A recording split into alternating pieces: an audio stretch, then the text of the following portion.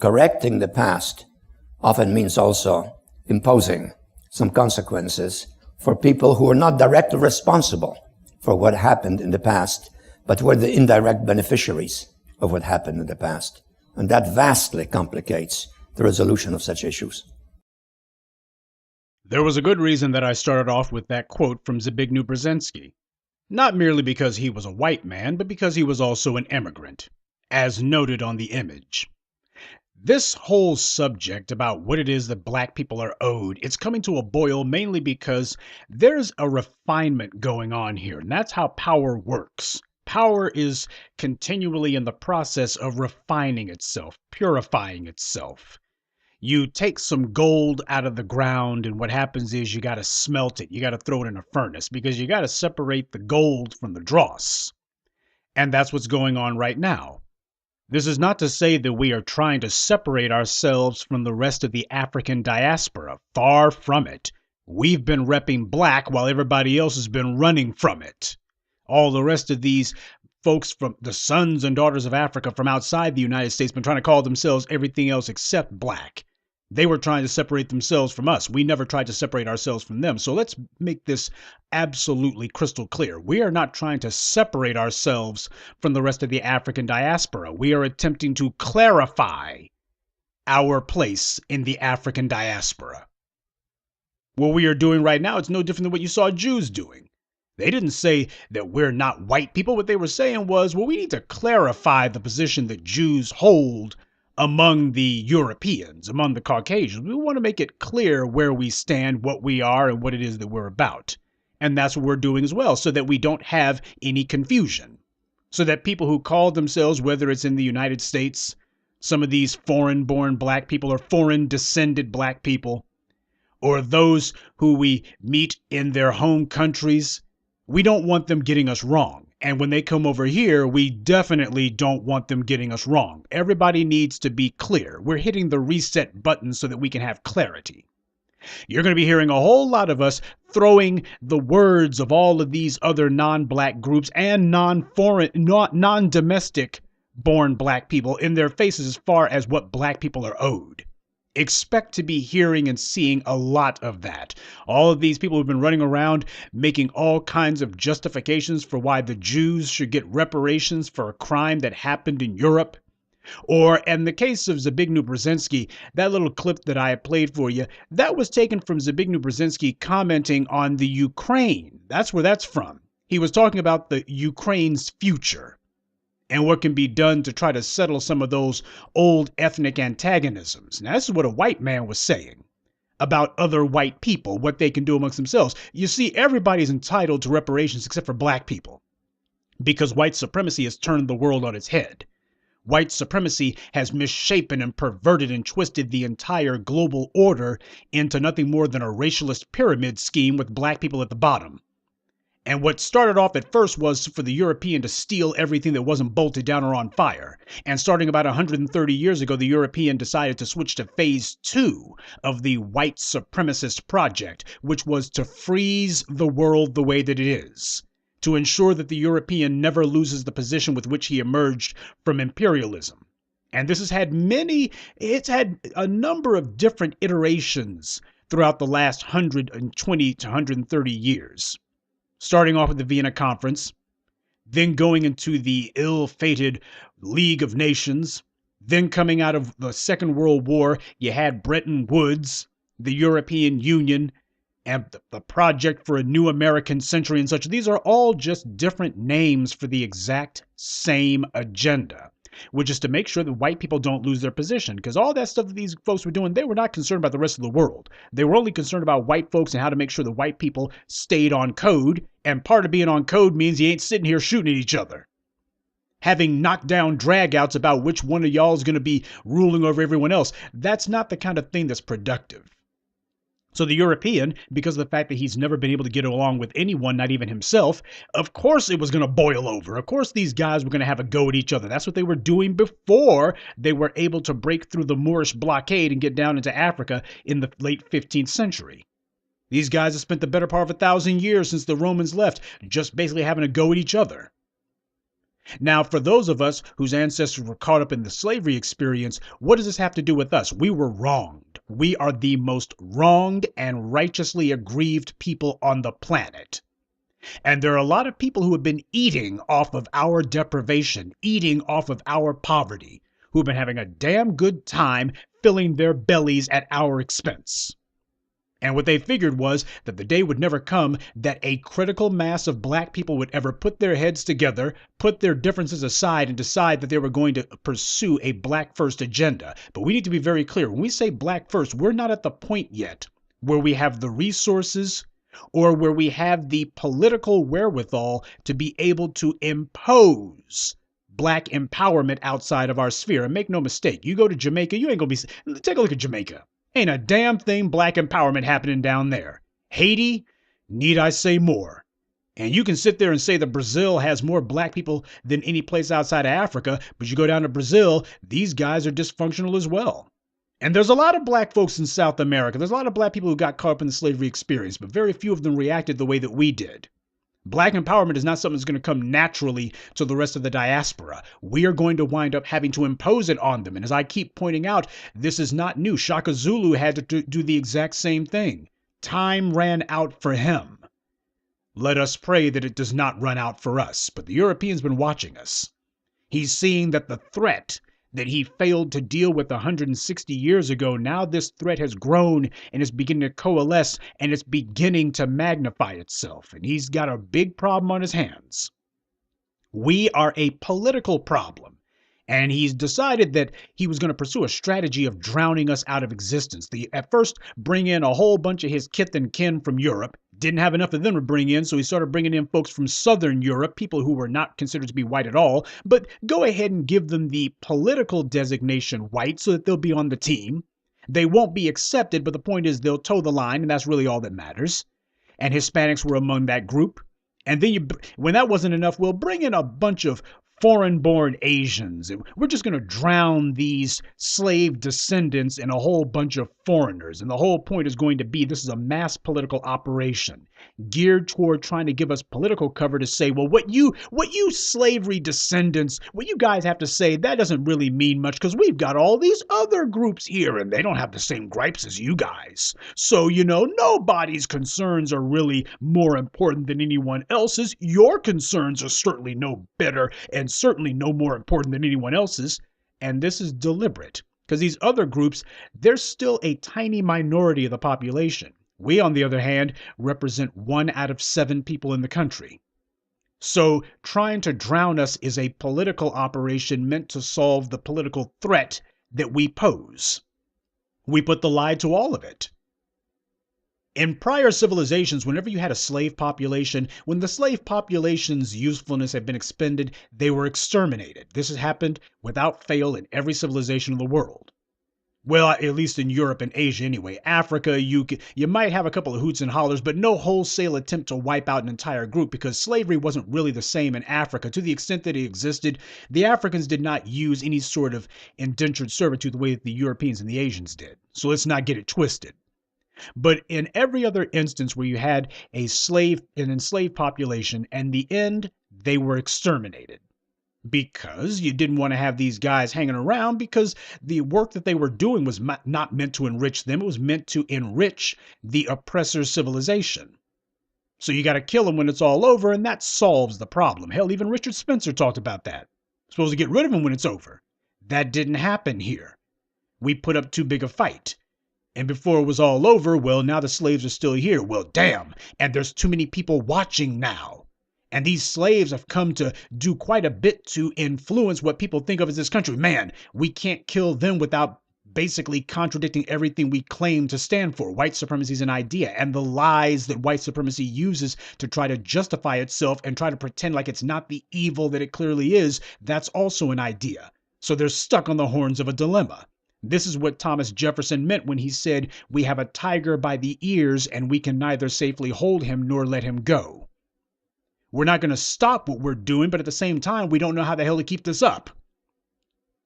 So where in the world do all these foreigners come into play? They have been the indirect, and in many cases, direct beneficiaries of our enslavement. Everything that we built, that has gone to enrich everyone except for ourselves. We are owed, and the bill is due. Time to pay up, sucker, the rent's due.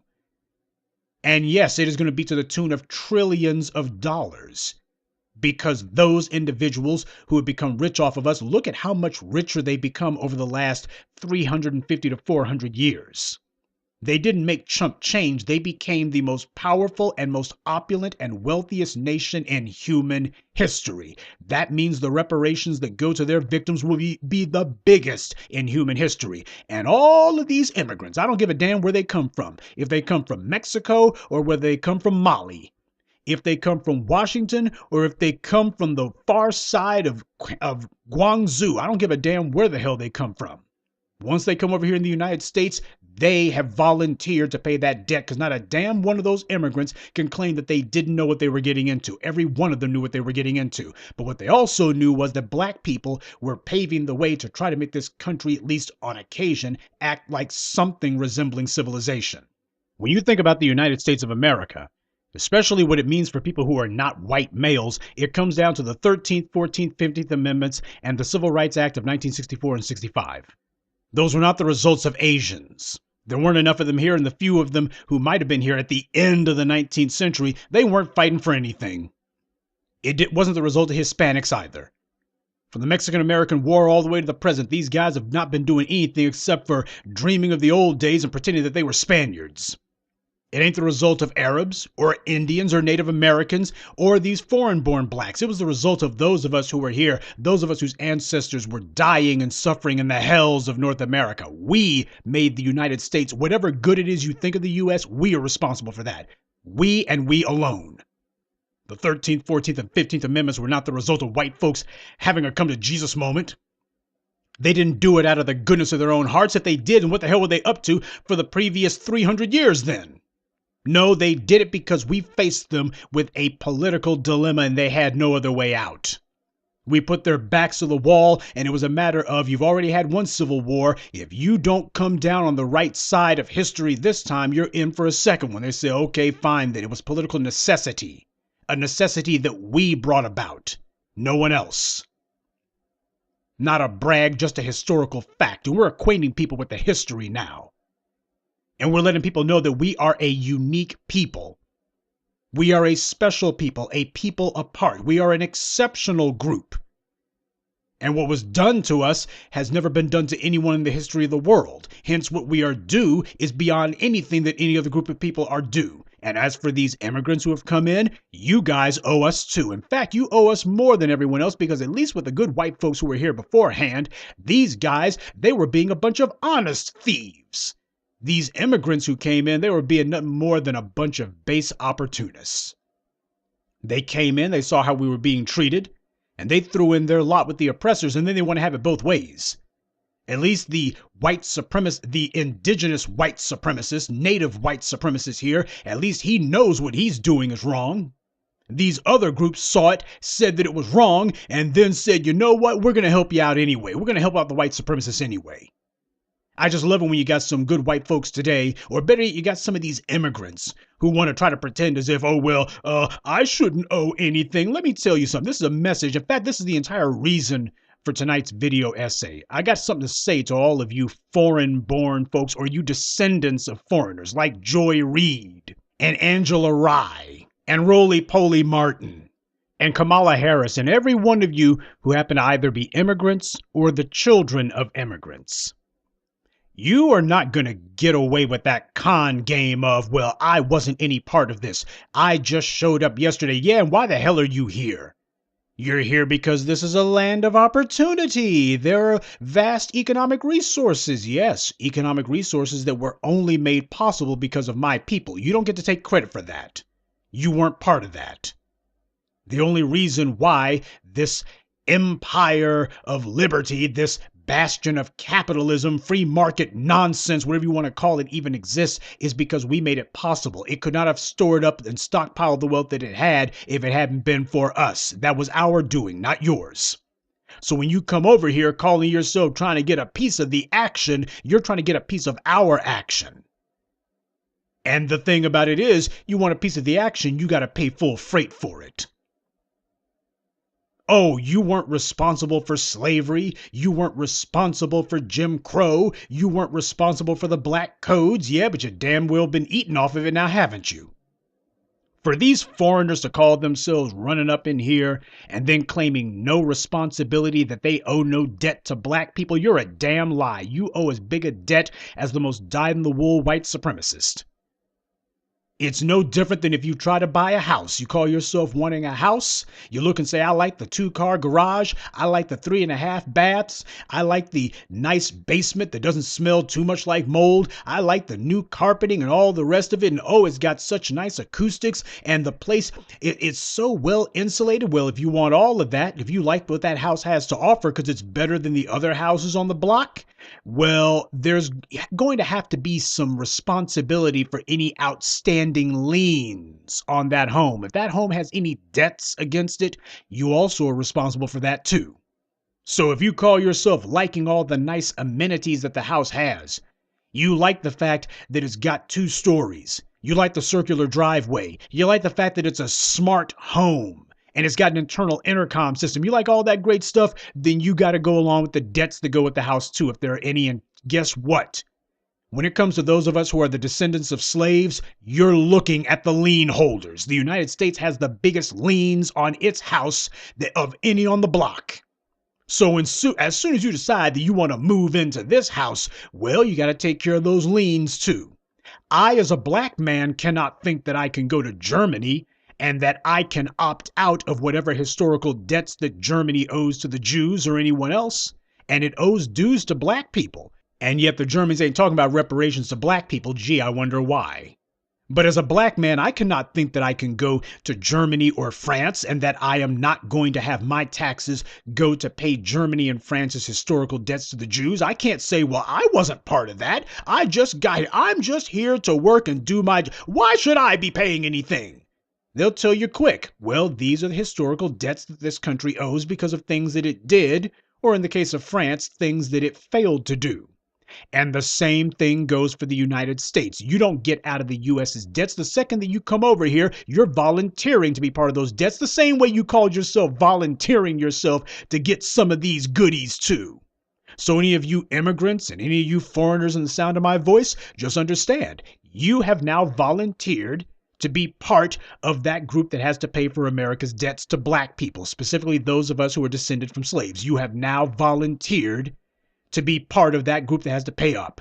Now, if you decide that you don't want to do that, then it's very simple. The same way that you look at a house and find out that it's got outstanding liens, and you go, well, heck, I'm not going to pay somebody else's debts, then you go find another house. You better stay away from this one because this house has all sorts of pre-existing obligations and debts that go along with it. And if you decide that you want this house, then you got to pay the debts and you don't get out of it. You don't get to hide behind, well, I didn't rack it up. You're right, you didn't rack it up. You volunteered to pay it. Simple as that. It's time that we start making these people act like adults and not children, acting like Billy. But Billy, it wasn't me. Nobody wants to hear that crap. Everything that the United States has done wrong, the greatest crime in human history, and here you are acting as accomplices after the fact. You're damn right you owe us.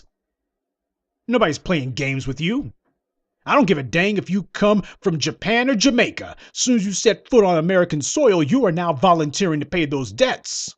At the end of the day, you knew when you came over here, as soon as you set your foot on this soil, you're sitting here going, well, I want a piece of all of this wealth and opulence that's going on here. Well, then you got to pay respect to the people who made it possible. If you don't like that, then you need to go to a place where they don't require that, because in this place, the sons and daughters of America's first victims, the only victims of this country, the slaves, we do require it.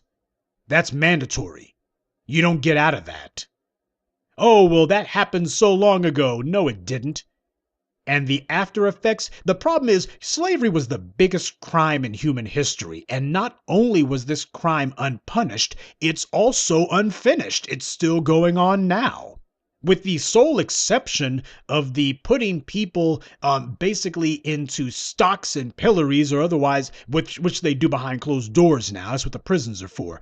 Every single aspect and detail of slavery has been maintained in its totality all the way up to the present. From using the preacher man on the plantation in order to keep the slaves in check and tell them that you have to be obedient to massa. At least don't fight them. Don't be fighting them now. What would Jesus do?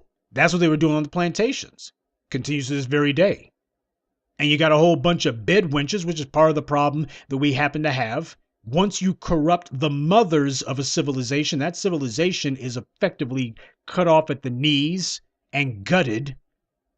And if you create a situation where the man is not the leader and in too many cases doesn't even wish to be because he's confused, he was either raised the wrong way or his spirit, such as it was, has been broken. Look at Terry Crews if you want a pathetic example of that. If you wind up fostering cowardice and somebody who is going to be complacent, somebody who is going to just decide that he's going to defer to anyone and everyone, then what you have is not a man at all. The whole idea of breaking the slaves. I keep telling you that the breaking process is a daily process. It's not an event. It's a process. And every day, the breaking process must repeat itself over and over again. It is a daily breaking process that we have been subjected to. We and no one else. We get singled out for oppression. And it's not being done to us because of our tax bracket. It's not being done to us because of anything that we did. It's a matter of when you're black, this is what's supposed to be done. And it's an organized effort, largely organized by the government. Look at what Kamala Harris did, if you want a clear example of that. The California Bureau of Prisons stuffs the prisoners into prisons to such a degree that it violates the Constitution. And what does Kamala Harris do? Does she look and say, hey, the Constitution is the law of the land? That's the end of it. Nope. What she says instead is, well, we know that the prisons are overcrowded, but we're not letting anyone out. Even if they're nonviolent offenders, we're not letting anyone go. Then when it comes time to talk about Proposition 8, the gay marriage ban that California's voters had passed, what does Kamala Harris say? Well, I have discretion and I'm not going to defend this law in court. But the voters voted for it. They wanted that. Well, I got discretion and that's the end of it. Well, what about the Bureau of Prisons overcrowding the prisons to the point that it violates the Constitution? Well, I have to defend that. I mean, I can't choose who my clients are. If I disagree with what they do, but I'm bound. I have to defend it. See, she wants to pick and choose because that's how the system works. There are people who the laws are going to be applied to, black people when it comes to drugs, and there are people who the law will never be applied to, white people as it applies to meth. The meth epidemic is bigger than the crack epidemic or the heroin epidemics of the 70s and 80s ever were. And yet, for some damn reason, the entire social discourse about meth, and only meth, it's a politically protected drug, it's a politically protected narcotic. The entire discourse is about prevention. It's about drug treatment. It's a public health issue. And you see both Democrats and Republicans saying that. Nobody's saying we need to build more prisons. Nobody's saying we need 3 strikes laws. Nobody's saying we need Rockefeller laws for meth. Nobody's saying we need mandatory sentencing guidelines and zero tolerance. Nobody's saying we need a war on meth. Instead, what they're saying is, well, the drug war is wrong. It's a failure. No, what it means is we got to stop that kind of talk as far as meth goes. We need people to understand when you say meth, you're talking about a drug that's protected. You're talking about a narcotic that has protection under law. These people are immune because it's dealing with white people. That's what it's really about. It ain't the drug that's being protected from law. It's not the drug that has immunity from prosecution. It's the people who use it. White people. That's what it really comes down to. All of these folks who have been eating off of our suffering, eating off of our labors, eating the fruits of our labors. You got these people who come in here either from Europe, Asia, Africa, the Philippines, and here they are spitting on the individuals who made all of this possible. They see what the hell's being done against us, but instead of the response being, you know what, this is wrong, it's unjust, why? How many of these foreigners say, I came from a place where injustice was the rule of the land, and here they are over here in a place where the injustice is far worse, far more strident, far more blatant, and yet their response is, you Negroes, you guys, you just don't work. They know that it's a lie. They know that black people, nobody works harder than the poor.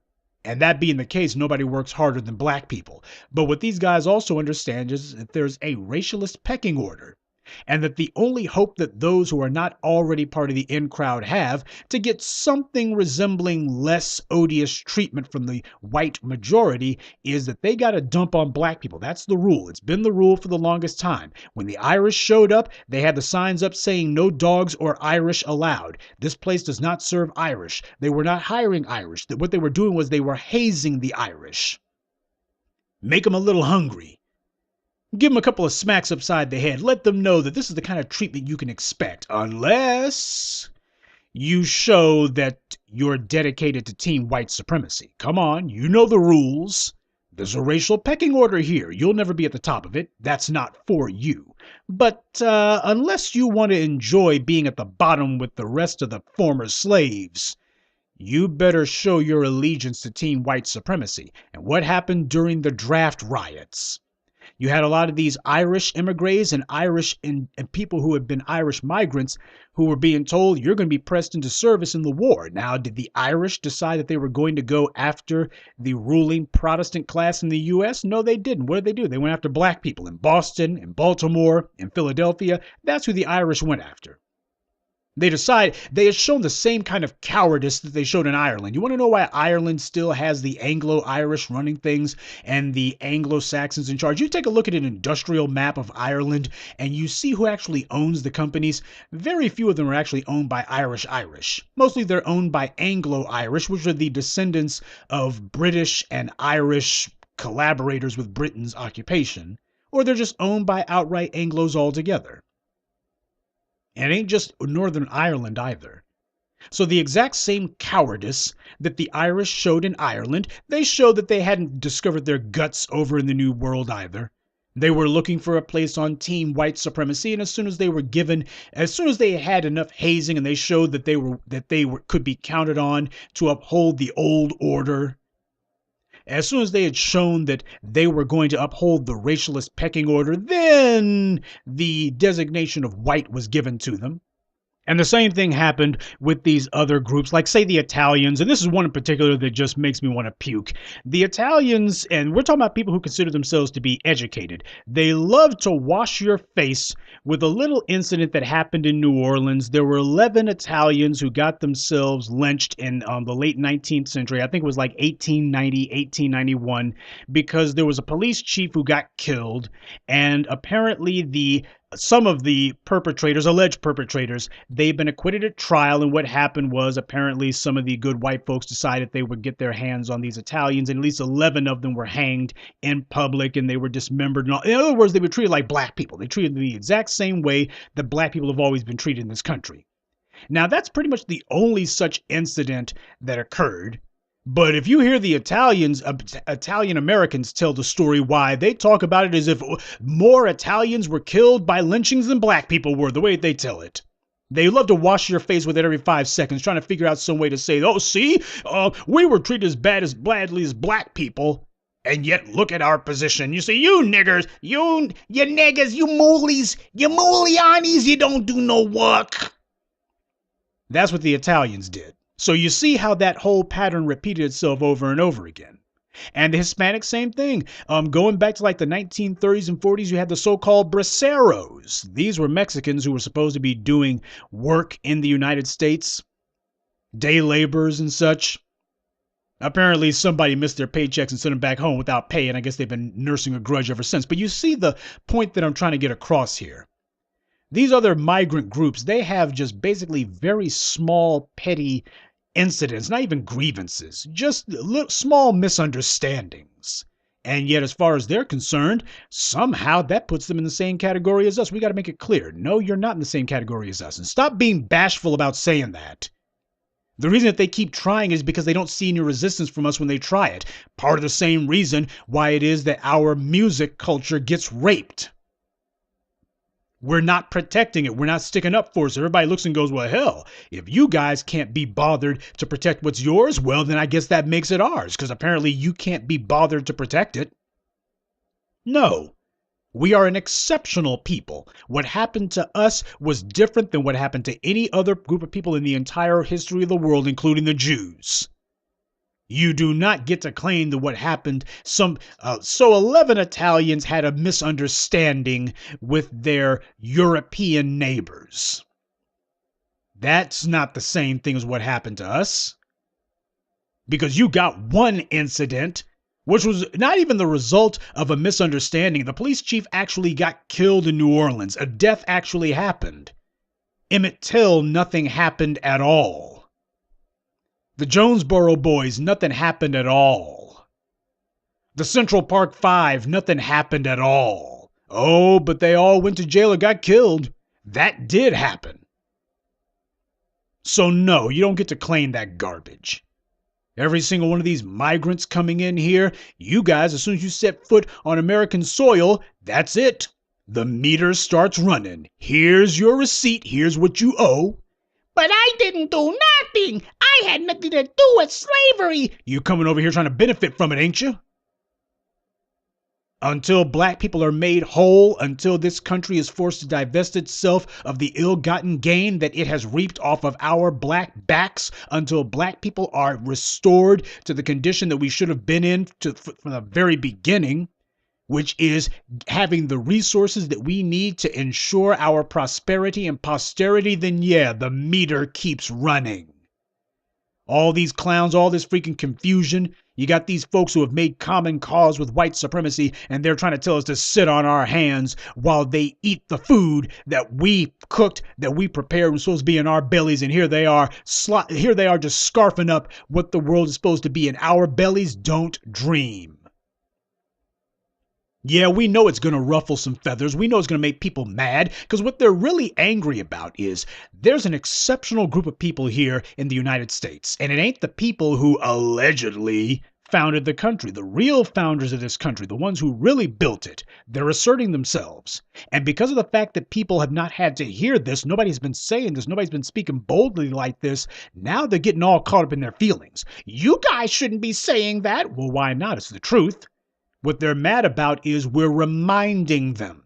We're reminding them that the people who have been locked out, shut out, and systematically kept out are the very ones who made the United States possible. Everything from its prosperity to its culture, that's what we put in place. All this other garbage, all this imitation European crap that you see going on, that's what the United States would be if it wasn't for black people. Culturally, the United States would be imitation Europe, and a poor imitation at that. Whatever you think of as being actual Americana, it's actually actual descendants of slave culture. That's what it is. It's what we made, what we built, what we made possible. That's a fact. All these other groups who have brought their so-called culture here, what the world did they bring? It didn't catch on, not the way that ours did. It did not become part of the fabric of the nation. It simply became some interesting details, which is part of the reason why a lot of that stuff was eminently forgettable. This is the thing that our culture actually represents the culture of the country. Everybody else will be eternally foreign. Because the truth of the matter is, even the stuff that's supposed to be coming from Europe, classical music, that stuff still ain't thought of as American. The only classical music the United States has is jazz. That's America's classical music. It was the music that represented the heart and the rhythm of the city. Not a bunch of well-to-do genteel idiots out at their lake houses or in their lofts somewhere. You need a music that everyone can look at and say, yeah, this is the music of the nation. This is the heartbeat of the society. You don't get that from some hoity-toity clowns trying to play Shostakovich's greatest hits. It don't work like that. Small niches like that may make the 1% feel as if they're so much better than everyone else, but the very fact that you're trying to be better than everyone else means you're not like the rest of the society, which means that what you're doing is not part of the social fabric. And they're mad about that. They're mad about it because at the end of the day, they know that all their claims, all these other groups, their claims of hard work and all the rest of it, they know that it's a lie. They know that it's a fraud. But they need us to either be silent about the fraud or to agree with it. And what's happening is we're contesting the fraud. We're arguing with the fraud. We're disproving the fraud. As Dr. John Henrik Clarke said, when black people, those of us who are descended from slaves, when we start winning again, a whole lot of these folks who have previously been calling themselves, I ain't black, I ain't this, that, and the third, all of a sudden they're going to want to be black. Yeah, when our team starts winning again, all of a sudden, that's what they're going to be saying. There were people who just a few weeks from now, they would never have been tolerating talk about reparations stuff, man, that's a joke. But now that they're seeing that we can have an impact on presidential candidates, and they see the presidential candidates almost overnight are talking about reparations, or at least they're saying the words. We got the bastards saying the words now. Now they're looking and going, oh my God, it's possible. Well, where's my check? Wait a minute. And that's another thing that needs to be addressed. It's not merely a matter of whether or not you can trace your lineage to slavery, just to make sure that we don't have anybody who's coming from outside the United States trying to make claims to something that ain't for them. It's also a matter of, I think that we ought to be checking people's online presence. So if you've been running around saying or posting or poo-pooing the idea of reparations before now, or you were trying to just say, well, that ain't never going to happen. If you were somebody who was not a true believer, or somebody who was basically saying, put this aside, in other words, you didn't believe that black people were owed, or you didn't believe that it was necessary, in that case, then great. Your share goes to somebody else, and that's what it's supposed to be. People need to be made to pay a price for their actions. Actions should carry consequences. Yeah, you're going to have a whole lot of folks who previously been denying being black, denying being descended from slaves, or saying that that doesn't matter or get over it. As soon as they find that it's time for the slaves to actually be compensated for their suffering, then all of a sudden, oh, that's going to be the only thing that matters. And how many of these folks out here, these immigrants, are going to be claiming that their great-great-grandfather was an octoroon? Or their great-great-great-great-grandmother was on a plantation in Florida somewhere. All of a sudden, you're going to have a lot of these folks, especially these white folks, who are going to be claiming that, well, I have a black ancestor in my family tree, and it's going to be a con, just like the $5 Indian thing, just like Elizabeth Warren. It's going to be a con game. They're going to be looking, trying to figure out how the world do they get what's meant for us. They ain't been saying nothing up until now because it ain't true. As far as they're concerned, hey, they're white. They got their position. That's the end of it. But all of a sudden, they're going to be telling tall tales, inventing all sorts of fairy tales about black ancestors so they can get something out of it. And we got to make sure that we call foul on the play. No, this is not about trying to separate ourselves from the rest of the sons and daughters of Africa, but we need to get it straight where we stand. We need to get it straight what place we occupy in the diaspora so that people get us right. Because a lot of the behavior that we've been seeing inflicted against us, it's been foul and wrong. Let's be honest here and just call it what it is. You take a look at Africa, what you find are one of two things.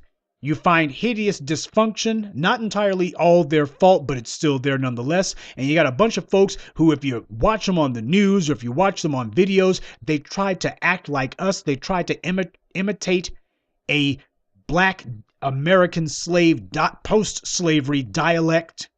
They try to speak in the patois of those of us descended from slaves. They try to do everything that they can to copy us. We run around in sports jersey and they want to do it too. So you got some guy in freaking Eritrea or in Cameroon or in Chad or God knows where else, Namibia, South Africa, and they're running around with a number 23 jersey.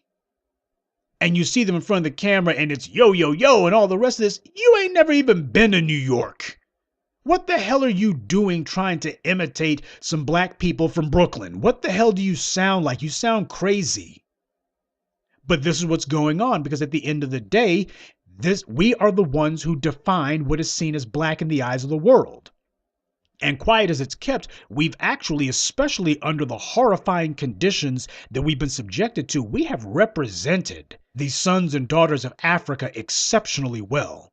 As a group, and oftentimes, most times, in fact, as individuals, we have represented the global African diaspora very well and gotten very little gratitude in return.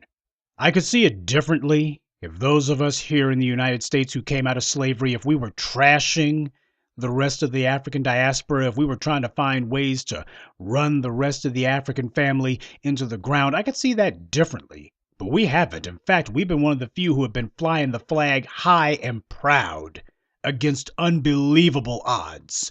We have been the ones who have been forging and attempting to establish an identity of Pan-Africanism that crosses all lines. We've been the ones looking at all of these foreign-born black people and their descendants looking at them as one of us. Every time you look up and you see some African descendant who gets killed, whether it's Amadou Diallo or Akai Gurley, we've been the ones out there flying the flag for them. We did not care where they came from. As far as we were concerned, they were one of us. But the problem is, in too many instances, the sentiment has not been returned.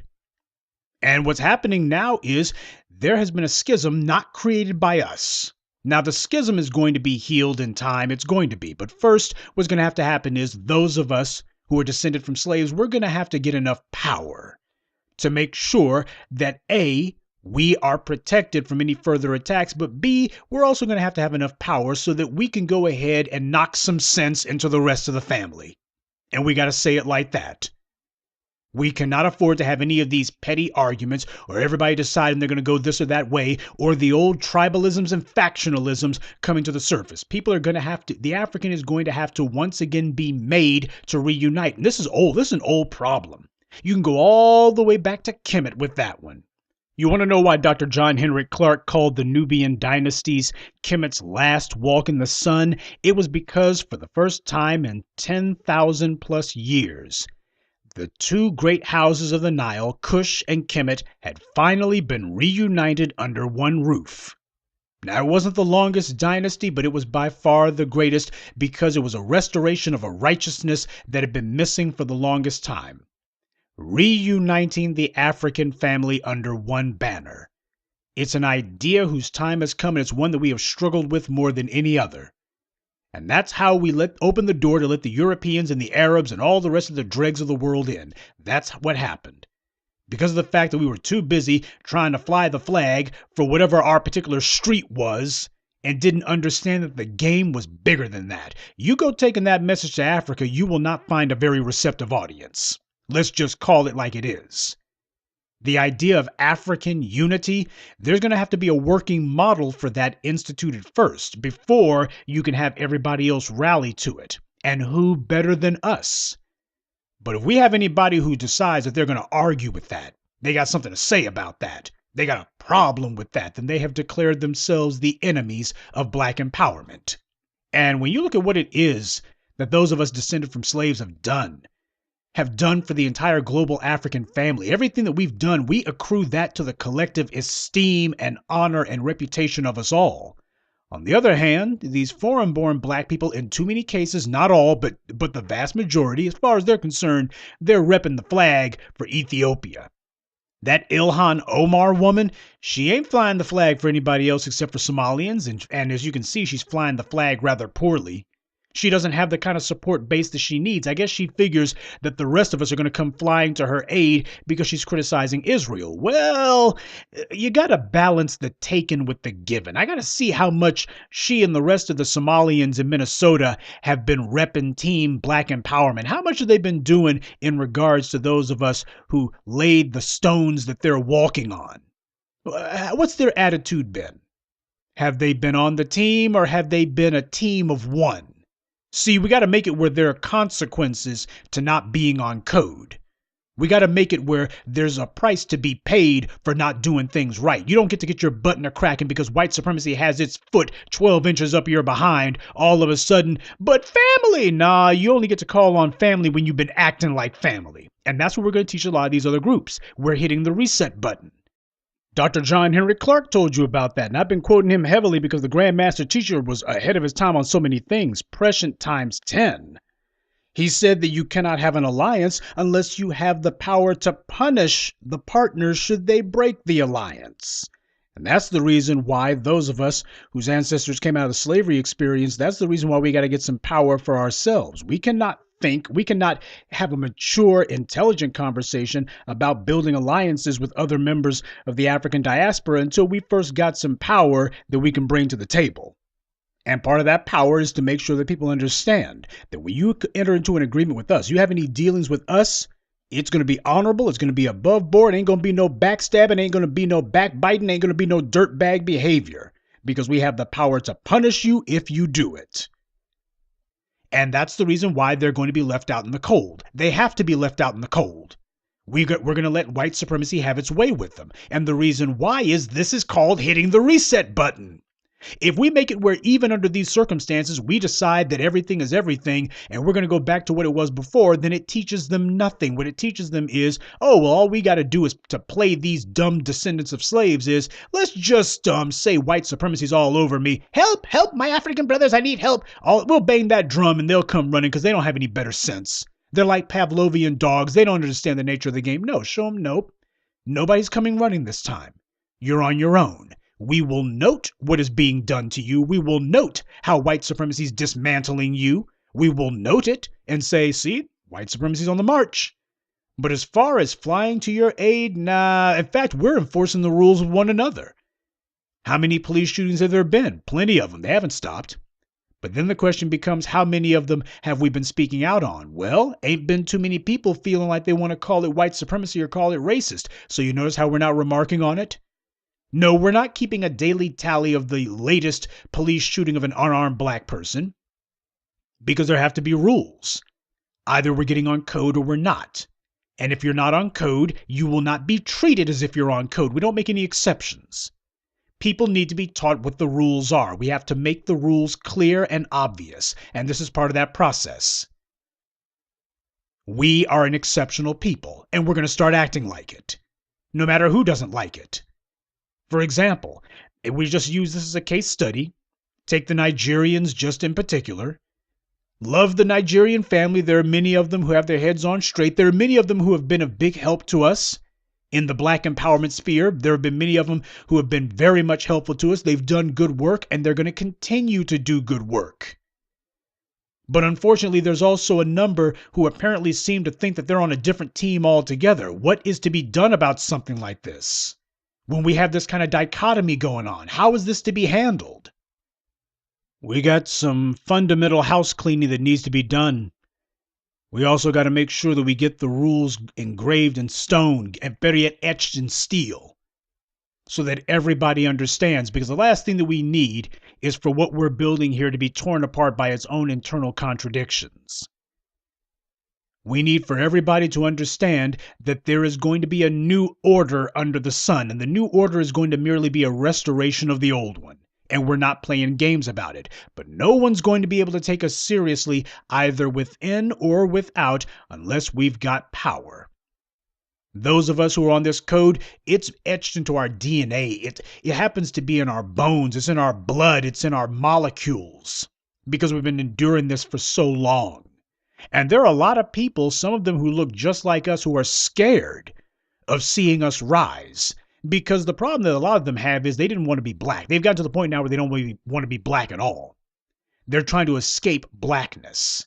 And they'll try to hide their cowardice and their self-hate behind all sorts of kumbaya. Oh, we're colorblind, etc. Well, if you're so colorblind, why does it bother you when you see black people trying to fight for our rise? Why does it bother you, the idea that you might have black people in charge? Why does that not sit well with you? A large part of the reason why it doesn't sit well with them is they've been completely bamboozled into the idea that black rule means black misrule. I can show you plenty of incidents where black people have been in charge and run things right. But the problem happens to be, at the end of the day, we are a people under siege. A few islands of black competence in a sea of white hostility and malignance. It's going to be a Herculean effort, beyond Herculean. It's going to be a colossal effort for us to be able to make sure that we have our integrity intact so that we are in charge, remain in charge, and are able to sustain ourselves. These are the realities. But there's a lot of black people who don't like that idea. The concept of black people being in charge, well, never mind the fact that you've got white supremacy ripping you off 5 ways from Sunday. Never mind the fact that your roads are crumbling, the bridges are falling apart while you're driving over them, the power grid is failing, the wars are breaking the nation's back, and the economy is disintegrating in front of you. I mean, black misrule is just so much inferior to the good white rule that we've had because it's yielded so many benefits.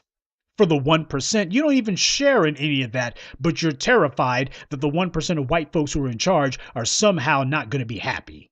That's a slave. And these are people who are not going to be of any use to us whatsoever. There's a lot of folks, in fact, 50% in fact, who are going to be left behind and of a necessity need to be. Not everyone's going to make it to the promised land. In fact, there's a lot of them who we don't want to make it to the promised land. The entire point of the 40-year wilderness running around in circles was to let that old generation die off. Because these clowns would have brought the same old backward mentality with them to the promised land, and before it's all over, they would have been marching right back to Egypt. Can we get our old jobs back in the slave quarters? Nah, forget that. We need a clean break with the past.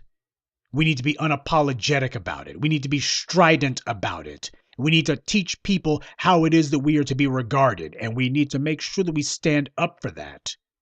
That's going to mean that a lot of these folks who've been playing this okey doke on us and trying to pretend, playing the game of we're all minorities. Nah, you're a minority. I'm the descendant of slaves. Well, we're all people of color. My color is black. I ain't no person of color. I'm black. You be a person of color. You go ahead and be lumped together as a polyglot. I'm black. Well, we're all disadvantaged. No, we're disadvantaged. You're just occasionally inconvenienced. Don't compare yourself to me. We are an exceptional people. Those of us descended from slaves, we're exceptional. We're different.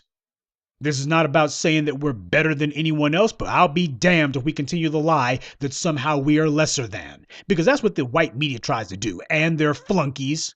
And not all of their flunkies are white, but white supremacy is always trying to teach that black people are inferior. That's probably the reason why they like to put out so many stats saying black people are at the bottom of this, black people are at the bottom of that. It's to reinforce a narrative. Black people are at the bottom because they're supposed to be. Their condition cannot be changed.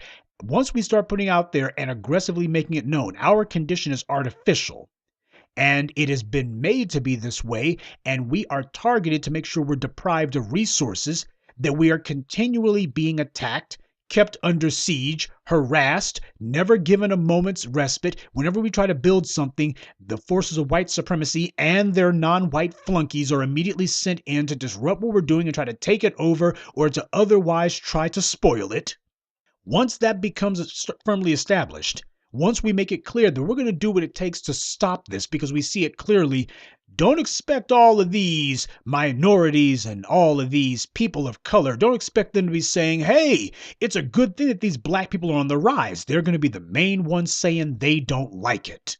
They're going to be the main ones saying that they can't tolerate this, that there's something wrong with it. These talking heads that you see, the children of immigrants, like Joy Reid and Angela Rye, when they see us getting to our feet, when they see us taking power in our hands, when they see us having the ability to call hands, look what they've done just in the last couple of weeks alone. You guys need to stop saying all of this stuff about slavery. Yeah, because what they're really saying is we've been the Negroes who white supremacy's put over you, and our ability to keep our position is directly tied to whether or not we can lead you slaves around by the nose. And you guys are making it clear that you won't follow us and white supremacy won't need us and we can't have you doing that. You're going to mess it up for us. That's what they're saying. White supremacy's hand-picked bootlicks, white supremacy's overseers that they've installed in our community. These guys are scared that we are going to bust their hustle. We're going to put a jinx on their hustle. Well, they're wrong. We ain't going to put a jinx on the hustle. We're going to destroy their hustle. We're going to annihilate their hustle. We are going to utterly obliterate it. We will leave nothing of it, not even the memory of it. And since their entire existence is completely tied to that, well, there won't be anything to sustain them either. We intend to make sure that white supremacy is repaid in kind for every single bit of maltreatment that we have received. Every insult, every attack, all of it will be paid back in full. You know what you call that? You call that justice. The world has been fighting a centuries-long war to make sure that this doesn't occur. And these other groups coming in, here they are trying to eat off of us, and they do not recognize what has been done to us, and they spend most of their time trying to make excuses for it. We cannot have people who are not on our side, and here we are trying to make common cause with them or trying to be friends with them. That won't work. No, it's time for us, way past time for us, to be politically selfish. That's going to be the battle cry for 2019. We are politically selfish. We must be politically selfish. That's what Dr. John Henrik Clarke meant by exercising the essential selfishness of survival. We have been selfless to our own detriment. We're now on death's door. We are now on life support because we've been trying to be everybody's buddy. Nah, forget it. Oh, these other groups, they're going to be criticizing you. These other groups, they won't like you. Well, you're just going to have to hate us. When we got power, we ain't going to be having time to hear your hate. And we won't care what you have to say because you won't have the ability to do anything to us. So your words will be irrelevant. Oh, that's not going to be very popular. Damn popularity, man. Power ain't about popular. In fact, power is usually the most unpopular thing in the room. It ain't got to be popular. It just has to get your way. That's what power is about.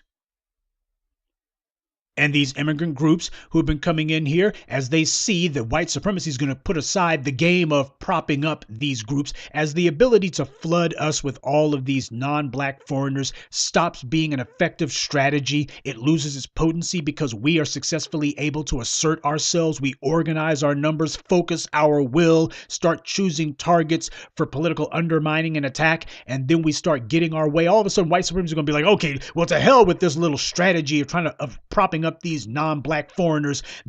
We are bringing in a whole bunch of them and they're not doing their job anyway. All of a sudden, you're going to be seeing these guys getting cut off.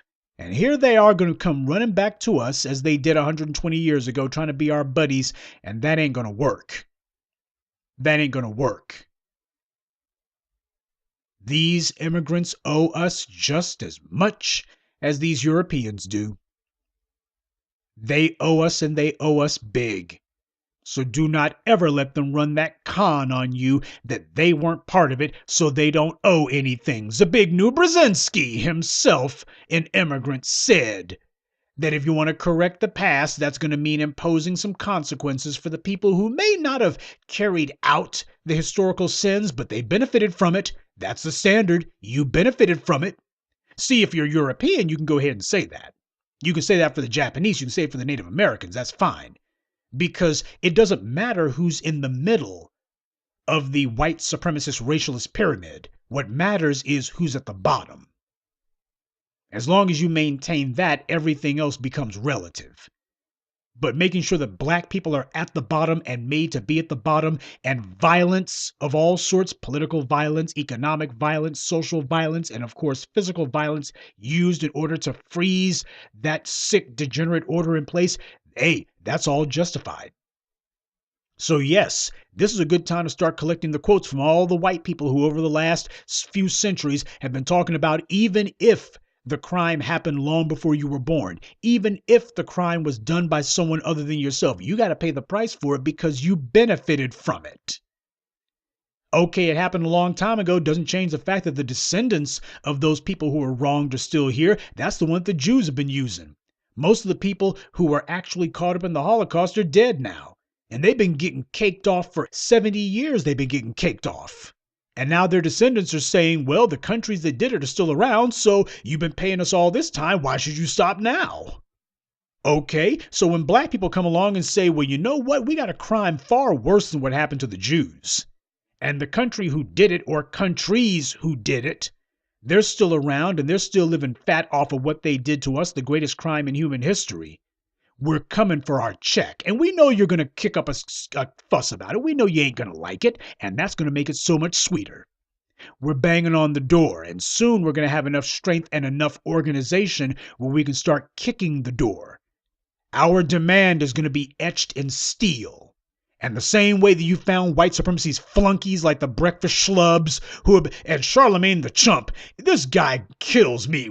I'm all about what's for black people. For anybody who knows me for the longest time, this idiot's got a freaking book behind his head that says black privilege on it. That's meant to appeal to a white audience. That kind of stupid talk. And here he is talking all black empowerment. Yeah, everybody's black empowerment now, and the reason why is you see who speaks for the streets. I'm not interested in getting on anybody's show because at the end of the day, this ain't about trying to reach white supremacy's hand-picked flunkies and mouthpieces. This is about reaching you. That's who I'm trying to reach. You're the audience who matters because you're the ones who are going to get things done. You want to know why Kamala Harris is looking right now and wondering, oh my God, how do I get out of this fix I put myself into? It's because you guys responded the right way. You guys are what's going to determine victory or defeat. This will not be a fight overnight. It ain't going to be won overnight. White supremacy didn't take the world over overnight. We are not going to reclaim the world overnight. This is not going to be one and done. Please don't think that it all comes down to 2020. This is going to be a generational war. In fact, this is going to be the new normal. And if you ain't got what it takes to be able to put your foot to the metal and to be able to keep yourself engaged, keep the morale high, keep the energy high, and to be staying with this agenda for the next 25 years. If you can't keep this up for the next 25 years, and there's no way, you're kidding yourself if you want to talk about keeping this up forever. If this is something that wears you down and it's just too much and it ain't happening fast enough and all the rest of that, if that's the mentality you got, then you ain't built for this. This is only for the doers. This is for the people who live this, eat this, breathe this, are this. And it's not even coming from a place of anger that much. We have righteous indignation. We have a righteous rage that must be satisfied. But the main thing that this comes from is the irresistible need that justice be done. Justice is the righting of a wrong. And yes, we have a right that justice be retributive. There must be an element of retribution to it, not merely for the white supremacists who carried out the greatest crime in human history, but for those who have come here trying to figure out how to pick over the bones of our ancestors, trying to figure out what's in it for them. Everyone who perpetrated the crime and are now currently seeking to benefit from it after the fact. Stop being bashful about calling it out. It's time to hit the reset button. It's time to let everybody know that there's going to be a fundamental rethinking of what it is that you had in mind when it comes to us. All the old assumptions no longer apply. And when these migrants show up, what they're going to be finding is there's going to be less and less black people going to their stores until eventually there's none at all. And when they try to call themselves these immigrants who think of themselves as being so high-minded, doing their best white liberal impersonation is all they're doing. When they show up, they're going to be finding the conversation different because black folks ain't going to be looking to have friends. Oh, you don't mind being seen in the same room with me? Oh, I just love you. That stuff's getting left behind. It's going to be a new political maturity that's finally coming to the surface and asserting itself. We are going to start speaking in the terms that we should have been speaking in all along. And that's in the terms of our power. Notice the wording, our power. Not merely power, but our power. And when they have a problem with it, when they decide that they've just, oh, you guys, y'all aren't the way that you used to be. Y'all done changed. No. What's happened is we've thrown off the programming. We've had enough of trying to be everyone's friend. Because when you're politically mature, you understand that we are a group, and groups don't have friends. Groups have interests.